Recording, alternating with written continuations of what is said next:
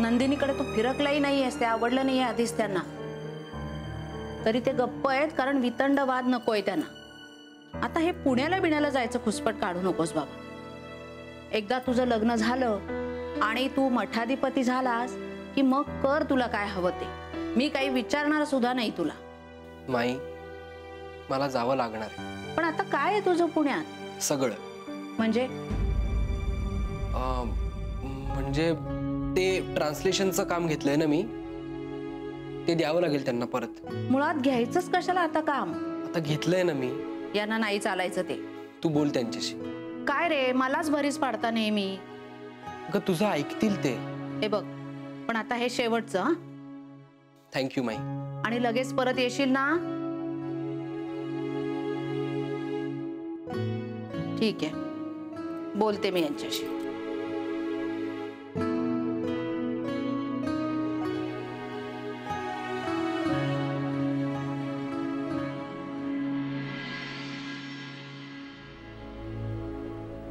घे बाळा.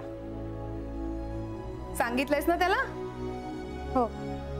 मग येतोय ना उद्या? सांगतो म्हणाल. सांगतो म्हणजे? अगं आता त्याला जमणार आहे की नाही हे बघायला नको का? ए बाई, त्याला म्हणव जमव की, नाही तर बाबाचं डोकं पुन्हा फिरेल. हा आई, तो कळवेल. अगं काय ग उर्मी, पुण्यापासून एवढं किती लांब आहे दिवस? आई अगं तो म्हणालाय ना तो कळवतो, मग कळवेल. उर्मी,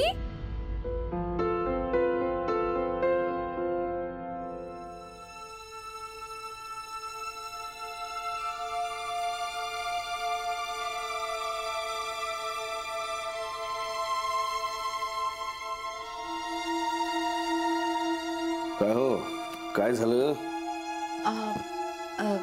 काही नाही. हे नाही, तुमच्या चेहऱ्यावरनं कळतंय तुम्हाला काहीतरी सांगायचं आहे. नाही, सांगायचं नाही, विचारायचं होतं. मग विचारा की, संकोच कसला करताय? हा, म्हणजे आपल्या पुनर्वसून काहीतरी लिखाणाचं काम घेतलंय वाटतं कुणाचं तरी. म्हणजे संस्कृतचं भाषांतर असं काहीतरी आहे वाटतं. बोला बोला, ऐकतोय मी. हा, तेच तर. ते काम त्याच्याबद्दल कुणाला तरी भेटायला जायचं होतं त्याला. लग्न झाल्यावर जाऊ द्या. लग्न म्हणजे बराच काळ जाईल ना. हो, नाही, त्यांच्या लग्नाचा योग नजीकच्या काळातच आहे. त्याचं काम महत्वाचं आणि तातडीचं आहे म्हणाला. आता त्यांच्या लग्ना इतकं महत्वाचं आणि तातडीचं दुसरं काही आहे का? पण 1 दिवसात परत येईल म्हणाला. मला नाही वाटत तसं होईल. येईल. हो, त्यांना म्हणावं पुण्याला जाण्यापेक्षा नंदिनीला जा भेटायला. ते जाणारच आहे तो. कधी? आल्यापासून साधी चौकशी सुद्धा केलेली नाही त्यांनी तिची. इतकं कोरडं वागून संसार कसा होईल त्यांचा? लग्न झालं की होईल सगळं सुरळीत. तरी मला वाटतं आता त्यांनी घर सोडून जाऊ नये. पण आता ते काम त्यांना देण्यासाठी जावंच लागेल त्याला. प्रत्यक्ष जायची काय गरज आहे? संगणकामार्फत पाठवू शकतात ते. आता ते काय बाई मला कळत नाही. पण त्याने शब्द दिलाय म्हणे, तर जाऊ देत ना.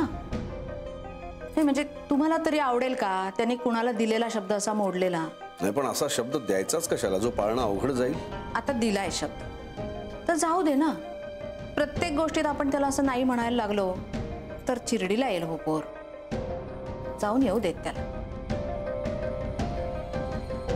पण आत्ता गेले तर ते कदाचित परत येणार नाहीत.